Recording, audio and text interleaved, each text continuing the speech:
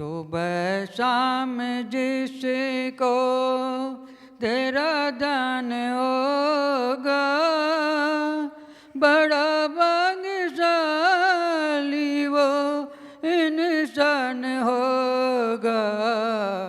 सुबह शाम जिसको तेरा दान होगा, बड़ा भाग्यशाली वो इंसान होगा। सुबह शाम जिसको, उसी का तो हर दम लगन तेरी होगी।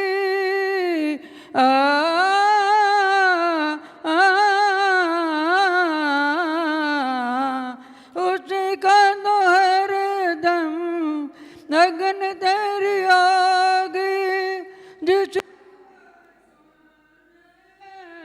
उदयमान होगा, सुबह शाम जिसको तेरा ध्यान होगा, बड़ा भाग्यशाली वो इंसान होगा।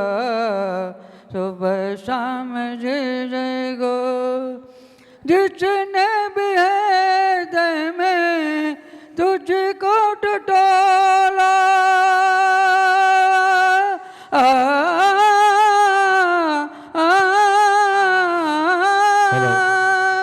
जिसने भी हृदय में तुझको टटोला,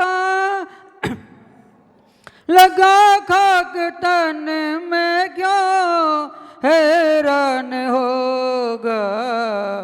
सुबह शाम जिसको तेरा ध्यान होगा, बड़ा भाग्यशाली वो इंसान होगा। सुबह शाम जिसको, जहाँ भी निरंतर भजन तेरा होगा,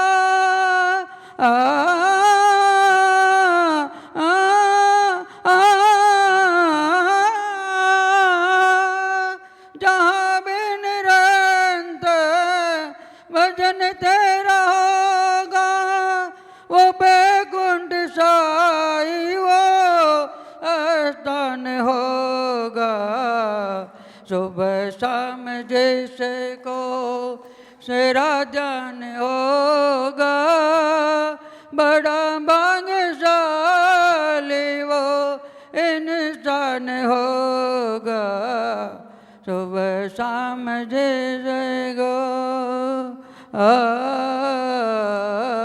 बहुत बहुत धन्यवाद, जोरदार तालियां बजाएंगे। आदरणीय कमल जी छाबड़ा ने जो मंगलाचरण किया है और जिस आवाज में किया है, आनंद आ गया सुन करके। और चलिए अब दोनों हाथों को जोड़ करके पूज्य गुरुदेव से निवेदन करते हैं कि हे गुरुदेव, आप अपने मुखारबिंद से अमृतमयी पावनमयी दिव्यमयी वाणी से हम सभी लोगों के लिए जिनवाणी का रसपान करा करके कृतार्थ कीजिए। नमोस्तु गुरुदेव, नमोस्तु गुरुदेव, नमोस्तु गुरुदेव। नमः सिद्धेभ्यः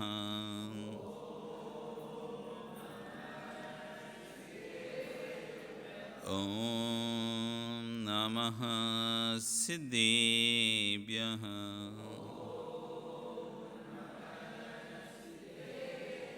ॐ नमः सिद्धेभ्यः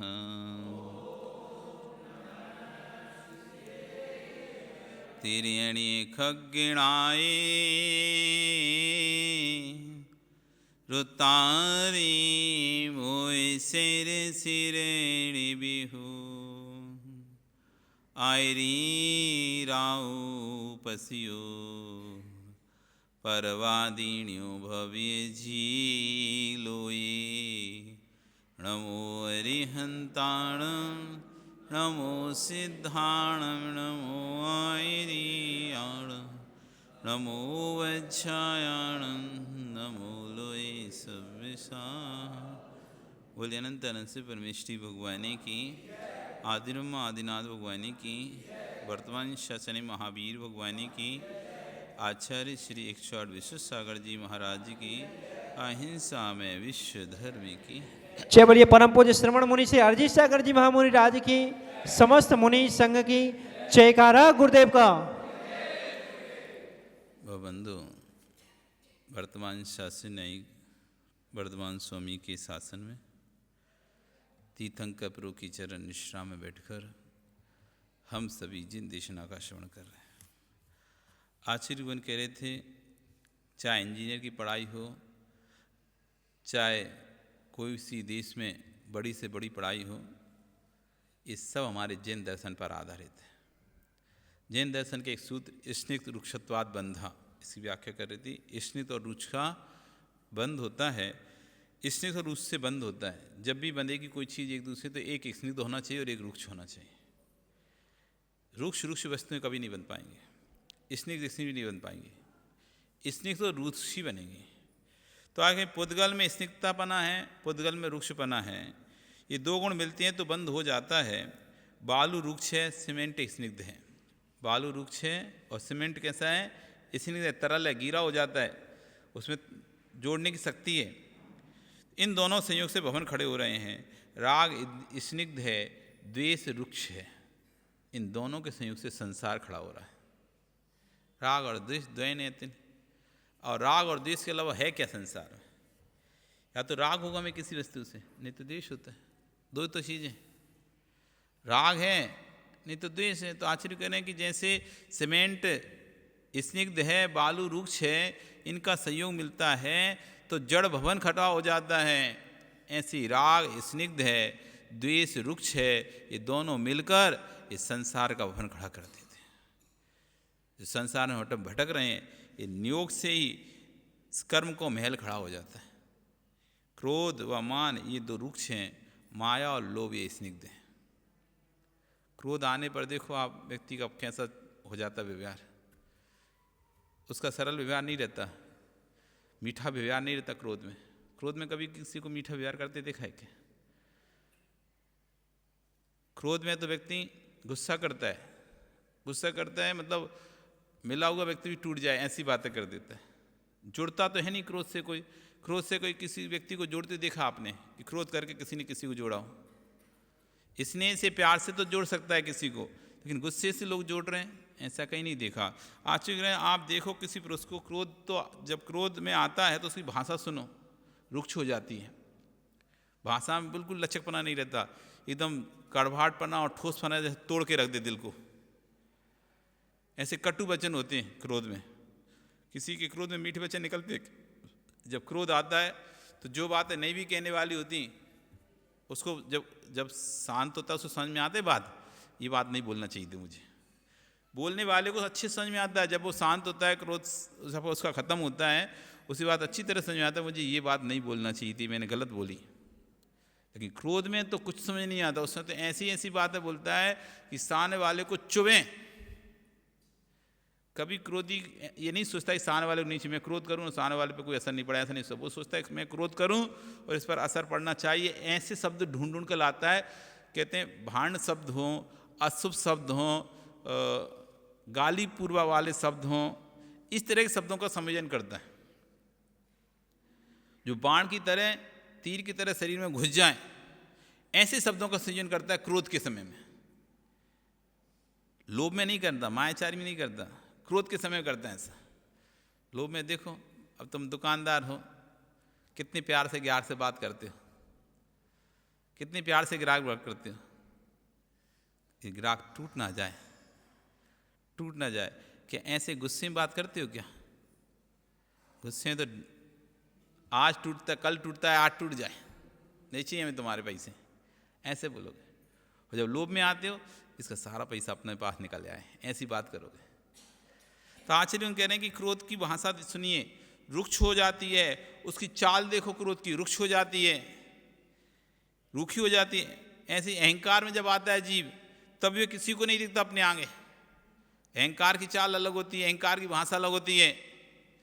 मान अभिमान मान में जब आता है व्यक्ति, तो व्यक्ति को चींटी समान भी नहीं समझता। वो अपने आप को ऐसा समझेगा बहुत बड़ा है, और दूसरा उसके सामने कुछ भी नहीं, ऐसा समझेगा वो। जब मान में आता है, जाति का, कुल का, धन का, रूप का, बल का, किसी प्रकार 8 प्रकार के मद है ना, तो 8 प्रकार के मदों में से कोई सा ही मद जब आता है व्यक्ति को, तो दूसरे को तुच्छ समझता है, हीन समझता है। बगल से निकल जाएगा, वो नमस्कार ही करेगा तो वो नमस्कार नहीं करता, ऐसे करता। मानी का चेहरा अलग हो जाता है, मानी की चाल ऐसे अकड़ के चलता है, सीना 36 इंची का करके होते ना, ऐसे फुला के चलता है, 56 इंची का, 56 इंची ऐसे फुला के चलता है जब मान कसाय आती है। तो आश्चर्य कह रहे हैं कि मानी का चाल देख लो, मानी की वचन देख लो, उसकी भाषा में सिर्फ स्वयं की ही बड़ाई होती है। मानी की भाषा में जिसको मान होता है ना, मैंने ऐसा किया, मैंने ऐसा किया, मैंने ऐसा किया, हर चीज़ में मैं, इसलिए बाद में मानी को बन जाता है बकरी, करता रहे मैं करो, मैं कितनी मैं करना है। जो हर चीज़ें मैंने किया, तो मैं कौन करता, मैं कौन करता, कैसे करती, मैं लो करो, मैंने किया तो बन जाते हैं फिर बकरी वही बन रहे हैं जो मैंने किया में अभिमान में पड़े रहे।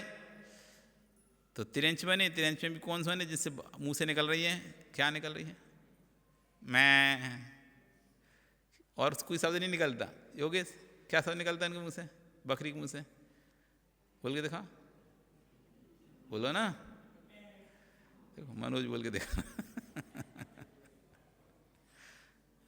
तुम अभ्यास कर रहे हो कि अभ्यास करके आए हो?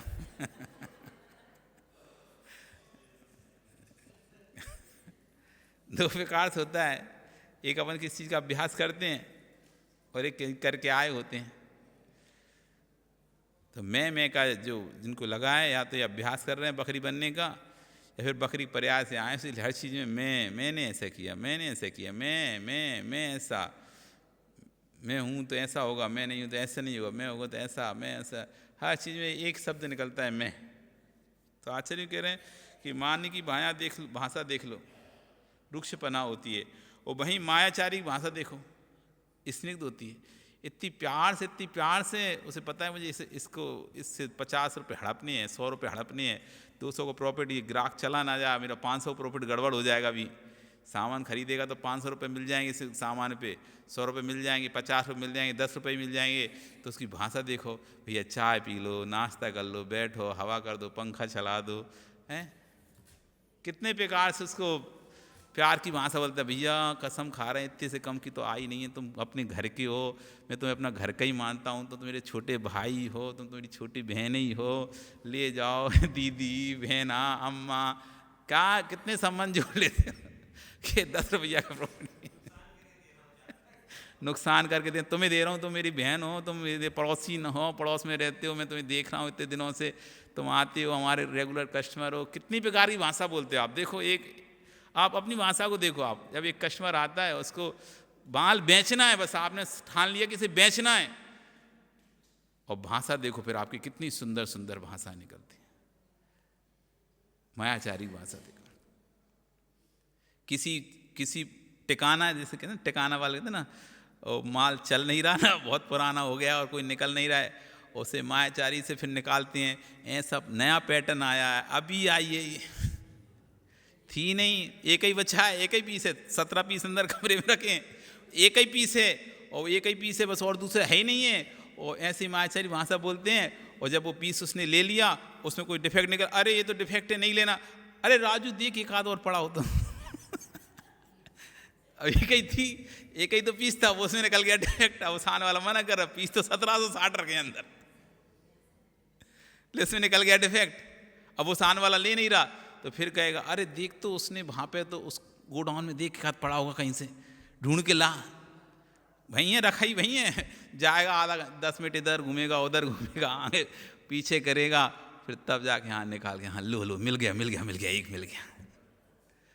माया की भाषा देखो, घर में देख लो, कोई काम करना पता है, करना तो अपन ही है, लेकिन कितने मनाने करवा के, कितने कैसे करवा के कि ऐसा बोलेगा तो करेंगे, ऐसा बोलेगा तो करेंगे। जब थोड़ी देर अपन ऐसा मुंह बनाएंगे, थोड़ा ऐसा मना करेंगे, फिर देखेंगे कितनी प्रकार से मायाचारी की भाषा में किसी से करवाना होता है तो उस समय देखो काम, तो कहते हैं ना आप लोग गधे को ही हम बाप बना लेते हैं। तो यही तो मायाचारी वाली है। तो मायाचारी में स्त्रीपना होता है, वहाँ व्यक्ति अहंकार नहीं दिखाता। अरे बेटा तू एक बार फंस तो सही, वो कह रहा है ये शर्त मान, हाँ मान ली, ये मानना पड़ेगा, हाँ मान ली, एक मानना, उसे पता तू एक बार रुक जा, हाँ तो अंटा में वो भाव ताव कर रहा है, वो दिखा रहा है, हाँ तो तू मैं बताता हूँ। तो मायाचारी की भाषा तो स्निग्ध भाषा होती है। लोभ की भाषा तो तुम्हें पता ही है, जब लोभ की भाषा, दोनों भाषा स्निग्ध भाषा है। मान और क्रोध की भाषा रुक्ष भाषा है। उसमें व्यक्ति नहीं देखता कि मुझे नहीं चाहिए, मान के चक्कर लाखों करोड़ों का नुकसान करने तैयार हो जाता है। भैया तू ऐसा मत बोल, नहीं तो नाराज हो जाए। हाँ हो जाए, नाराज हो जाए तो घाटा हो जाएगा, हो जाएगा घाटा हो जाएगा, मान में ऐसा करेगा, मैं नहीं झुकूंगा। और वहीं माया और लोभ में अगर जूठा पानी पीना पड़े तो व्यक्ति जूठा पानी पी लेगा। देखते रहे चुनाव में जाते हैं वोट के लोभ में, कैसे कैसे घरों में, कैसे कैसे स्थानों पे सब कुछ जा रहे हैं। मायाचारी छल कपट कितना चलता है।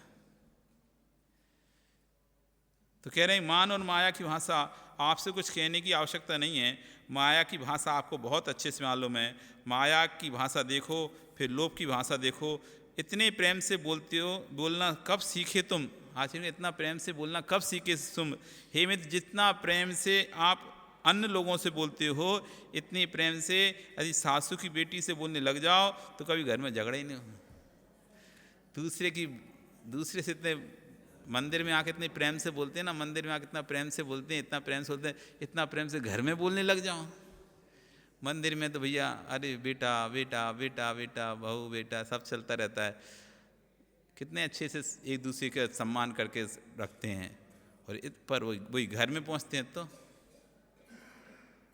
ना सास का सम्मान बहू से तो हो रहा है, ना बहू का, सास बहू का कर रही है, ना बहू सास का कर रही है। लेकिन यहाँ पे जरूर सबका कर देगी। वो सास भी सब बहुओं को अच्छे से बात करेगी, और बहू भी सब सासों से अच्छे से बात करेगी यहाँ पे तो। लेकिन घर में दोनों एक दूसरे कुत्ता बिल्ली जैसे हो जाते हैं। जैसे ही घर पहुँचे वैसे ही देख लो कितने अच्छे से बात करते हैं बेटे लोग। इधर आएंगे समाज में बेटे लोगों से, वो बेटे अपने सब दोस्तों से, बड़े बुजुर्ग अच्छे से बात, और वही बेटा जब घर में जाता है अपने बाप से कैसी बात करता है वो देखो। बनती नहीं आपस, पढ़ती नहीं है। ऐसे 36 का आंकड़ा, बाप बेटा 36 का आंकड़ा। उसे देखना पसंद नहीं कर रहा, उसे देखना पसंद नहीं कर रहा, सीधे मुंह बात नहीं कर रहे। तो आश्चर्य कर रहे, जितना प्यार से तुम दूसरों से बोलते हो ना, इतना प्रेम से घर में बोलने लग जाओ तो घर में कभी तुम्हें झगड़े ही नहीं हो। जितना प्रेम से जीव दुकान पर ग्राहकों के बीच में बात करता है, वो जोर से ही बोल देता है, तब भी सुन के रह जाता है, उत्तर नहीं देता है। इतना प्रेम से तुम अपने रिश्तेदारों से बात नहीं करते हो जितनी प्रेम से तुम ग्राहकों से बात करते हो। लोभ की भाषा स्निग्ध होती है, माया की भाषा स्निग्ध होती है। लोभी का हृदय स्निग्ध होता है, मावी का हृदय स्निग्ध होता है, और वह चिकनी भाषा से सबको फंसा लेता है, सबको फंसा लेता है। ये मेरे से मत पूछना, आचार्य कहते स्वयं से पूछा, हमसे मत पूछो, स्वयं से पूछा करो सत्य है या नहीं। ये बात सत्य है कि नहीं है, स्वयं से पूछो अपने से। जब जब जीव अहंकार में आता है तो तुम कौन होते हो, मुझे आप जानते नहीं हो मैं कौन हूँ, ऐसे बात करता है। जब जब अहंकार में आता है तुम कौन हो, तुम मुझे नहीं जानते मैं कौन हूँ, इस तरह की मुझे समझिए आप, इस तरह की बात करता है। मित्र, रूखापन किसी को नहीं चला। जब सीमेंट रूखा हुआ तो झड़ने लगता है, तो भाषा रूखी होती तो रिश्ते भी झड़ने लगते हैं। सीमेंट जब अपनी मर्यादा छोड़ देता है ना तो झड़ने लगता है, रूखा हो जाता है। जब तक स्निग्ध रहता है जब तक चिपका रहता है, जब तक सीमेंट स्निग्ध रहता है तब तक बालू को जकड़ा रहता है, और जैसे ही सीमेंट रूखा हुआ तो बालू को छोड़ने लगता है तो दीवार झड़ने लगती, पलस्तर गिरने लगता है। सबको देखा नहीं क्या आपने, पुराने मकानों को कैसे दीवारें झड़ने लगती हैं अपने आप। तुम कुछ नहीं भी कर रहे, हाथ भी नहीं लगा रहे, तब भी अपने आप वो मट्टी वहाँ से, सीमेंट वहाँ से गिरने लगता है। ये रूखापन किसी का नहीं चला। जब सीमेंट रूखा हुआ तो झड़ने लगता है। जब जब तुम्हारे मस्तिष्क में रूखापन आने लग जाए, भाषा रूखी होने लग जाए, तब सोच लेना इस जीव के झरने का समय आ चुका है, तो इसका काल झरने का आ चुका है। गुरुओं की विनय नहीं, प्रभु पर आस्था नहीं, जिन वाणी पर सिद्धांत नहीं, मात्र रूखी भाषा का प्रयोग कर रहा है, अब समझ लो इसके पाप का उदय आ चुका है।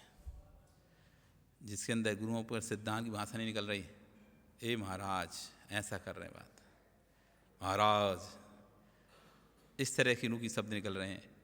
तो जिनके शब्दों से रूखापना लिख रहा है, गुरुओं की विनय नहीं निकली, गुरु आ भी रहे थे ऐसे खड़े, हाथ बांधे खड़े, कोई विनय का भाव नहीं, कोई नमस्कार का भाव नहीं, आ भी तो दूर से ऐसे कर लिया,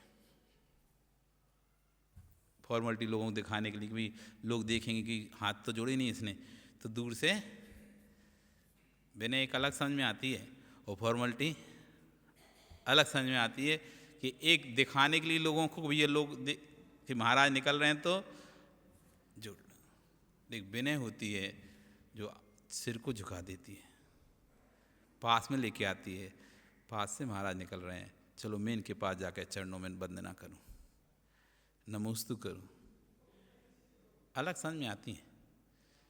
विनयवान व्यक्ति पास में आकर नमस्कार करता है, अभिनय व्यक्ति दूर से ऐसे सीना तान के ऐसे,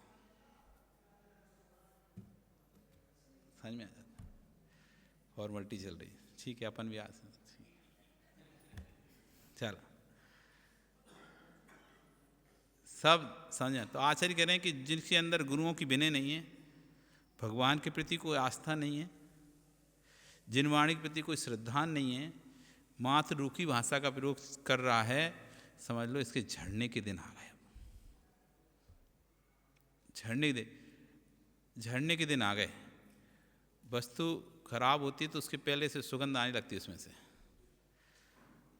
सुगंध आने लगती, समझ में आने लगता है एक वस्तु खराब होने वाली है, अब बोध हो जाता है, रूखापन आने लगता है। फल देखो आप, फल खराब होने से पहले रूखाना हो जाता है, सूखने लगता है, उसकी जो दूसरों को जो आकर्षणपन था ना उसके अंदर, फल के अंदर, वो आकर्षणपना खत्म हो जाता है फल में से।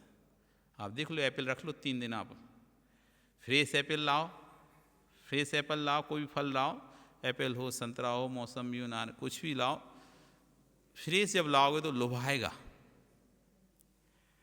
अपनी तरफ आकर्षित करेगा, और जैसे ही 2, 3, 4 दिन हुआ, देखो अपने आप मुरझा जाएगा। अब खराब होने के दिन आ गए, बस मुरझाना शुरू हुआ। अब अगली स्टेज क्या है इसकी? खराब होने की स्टेज, झरने की स्टेज आ जा रही है इसकी। ऐसे रूखा हो गया वो, अभी तक तो भरा था, अब रूखापन आ गया उसमें फल में, और जैसे ही रूखापन आया बस अब ये खत्म। तो आचार्यगण कह रहे हैं कि यहाँ पर, हे मित्र, अपने स्वार्थों के पीछे कभी देव शास्त्र गुरु के प्रति अशुभ चिंतन मत कर बैठना। इच्छाएं आपकी असीम हो सकती हैं, आकांक्षाएं आपकी असीम हो सकती हैं, पर असीम आकांक्षाओं की पूर्ति नहीं हो सकती है, इच्छाओं की पूर्ति नहीं हो सकती है। इच्छाओं की पूर्ति पुण्य से होती है, और पुण्य तुम्हारे पास नहीं है। इच्छा विशाल है तो तुमको संक्लिष्टता मिलेगी। इच्छा कम होनी चाहिए, पुण्य बड़ा होना चाहिए। जितने दुखी हो रहे हैं वे किसके पीछे हो रहे हैं?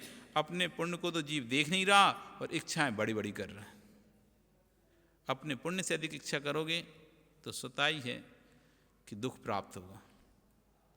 इच्छा छोटी होगी, पुण्य बड़ा होगा, तो आपकी इच्छा जल्दी पूरी हो जाएगी। और इच्छा बड़ी है और पुण्य छोटा है तो कभी इच्छा पूरी होनी नहीं है, और सदैव जीव दुखी बना रहेगा। इसलिए अपने पुण्य को निहारना चाहिए कि मेरा पुण्य कितना है। जितना पुण्य है उससे कम मांगो तो जल्दी मिल जाएगी, और पुण्य से अधिक मांगो। लोक में भी देख लो आप, जेब में जितना पैसा है उससे कम की वस्तु खरीदोगे तो आसानी से खरीद लोगे, और जेब में जितना पैसा है उससे ज़्यादा की वस्तु यदि खरीदने की इच्छा करोगे, खरीद तो पाओगे नहीं, पैसा भी चला जाएगा और खरीद भी नहीं पाओगे। अब तुमने अपनी हैसियत से ज़्यादा चाहे मकान खरीद लिया बड़ा, या बड़ा मकान बनाने का प्रोजेक्ट कर लिया, तो पुराना वो जो पैसा था वो तो फंस गया और काम अधूरा पड़ा रह गया। अब ना इधर के रहे ना उधर के रहे। कई मंदिर ऐसे ही पड़े अधूरे। क्यों पड़े हैं? जब सोचा था तब तो सोचा था कि एक ही मंजिल का बनाना है, 2 ही मंजिल बनाना है, लेकिन अब शुरू में पैसा आ गया तो ऐसा लगता है बहुत पैसा है, तो नीचे ही पूरा पैसा घुसा देते वे, नहीं 2 नहीं तुम तो 4 का डाल लो, 5 का डाल लो। उसने इतना लगा दिया, इतना लगा दिया, फिर धीरे धीरे कर कोई कहता नहीं इतना ऐसा और कर लो, ऐसा और कर लो, बढ़ा दिया बढ़ा दिया बढ़ा दिया। अब छतें डल के रह गई, बनाना था 1, डाल दी 3 मंजिल की छत, तो जो पहली मंजिल बनाने का पैसा था पूरा, वे 2 मंजिल की छतों में लग गया। अब खत्म, अब बस घूमते रहो। इच्छाएं बढ़ा ली, धन कम था, इच्छाएं अधिक कर ली, अब अधूरे पड़े हैं काम। यदि धन अधिक होता, इच्छाएं छोटी होती, तो काम जल्दी पूरा हो जाता। तो आचार्य कहते अपनी इच्छाओं के अनुसार कार्य करना चाहिए, पुण्य के अनुसार कार्य करना चाहिए। इच्छाएं तो असीम हैं, खत्म भी नहीं होने वाली, और एक से बड़ी बड़ी इच्छाएं। इच्छा के अनुसार काम करोगे तो कभी भी सफल नहीं हो पाओगे, दुखी प्राप्त होगे। पुण्य के अनुसार काम करोगे तो सफल भी हो जाओगे और सुखी भी रहोगे। आपका समय कल फिर आओगे, पर आ रही तो फिर और चर्चा करेंगे। बोली भगवान महावीर स्वामी की।